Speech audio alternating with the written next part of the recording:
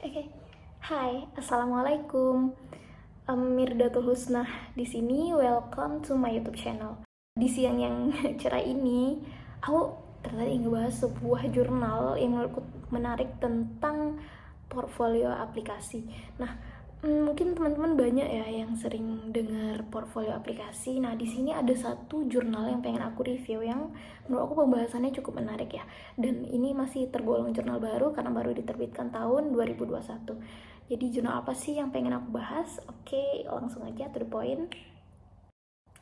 Nah, ini adalah judul artikel dari yang pengen aku bahas. Judulnya adalah Constructing Information Technology Portfolio to Achieve Enterprise Strategic Goals in Multi-Business Unit Firms.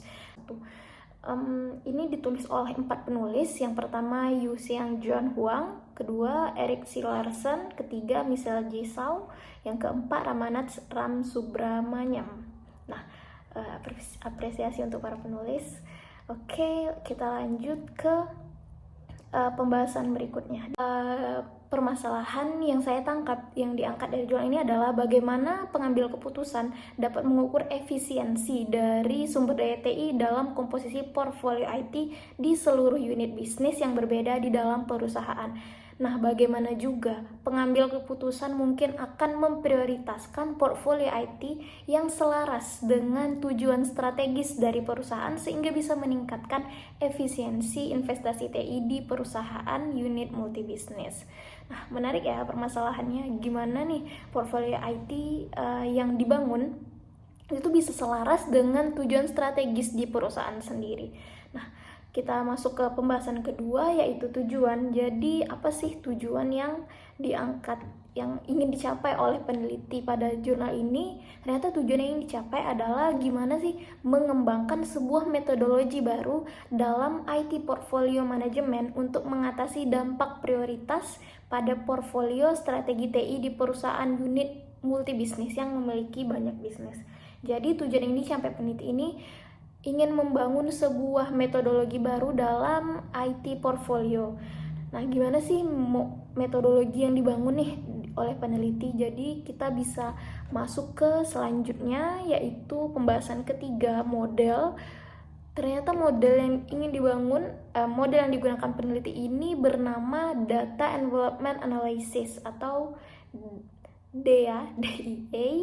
Nah, di sini DIA ini mungkin bisa kita lihat dia itu ada 3 pokok perhitungan yang digunakan peneliti ini, EBU, ATPP, dan ETP. Nah, apa sih ini tuh adalah skor efisiensi yang ingin dicapai dari alokasi sumber daya terkait IT di seluruh tingkat organisasi. Karena ini adalah perusahaan unit multibisnis ya, jadi ada EBU itu adalah efisiensinya pada unit bisnis. Kalau ITPP itu pada portfolio proyek IT-nya, dan ITP itu dari proyek IT-nya yang dihasilkan dari dari model DIA ini yang diusulkan. Nah, selanjutnya data apa ya yang digunakan oleh peneliti ini? Ternyata data yang digunakan oleh peneliti ini adalah portfolio TI yang dikumpulkan dari perusahaan Fortune 50. Nah, perusahaan ini merupakan sebuah perusahaan multinasional yang sangat besar dan terdiversifikasi yang beroperasi di manufaktur, infrastruktur, dan jasa keuangan. Secara khusus, perusahaan ini memproduksi sebuah mesin komersial dan industri yang menyediakan layanan yang terkait mesin dan proses manufaktur yang terkait. Ini adalah organisasi multi-level. Nah, jadi penelitian ini mengumpulkan lebih dari 700 proyek IT di 7 unit bisnis pada perusahaan Fortune 50 ini. Lokasi ini di mana proyek ini akan mengklasifikasikan 3 jenis strategi proyek IT: wajib, margin operasi, dan pertumbuhan jangka panjang. Oke, selanjutnya metode yang digunakan ini, langkah-langkah penelitiannya itu mencakup percakapan dengan eksekutif, kemudian pengembangan model, dan simulasi.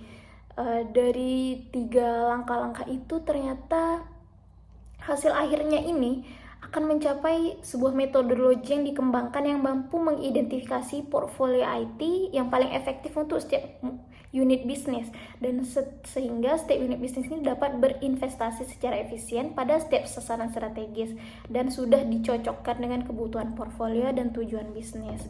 Adapun kontribusi pada peneliti ini, maka metodologi baru yang diciptakan oleh peneliti sendiri. Mungkin hanya sekian review jurnal yang dapat saya sampaikan. Dikurangin saya mohon maaf. Wassalamualaikum warahmatullahi wabarakatuh.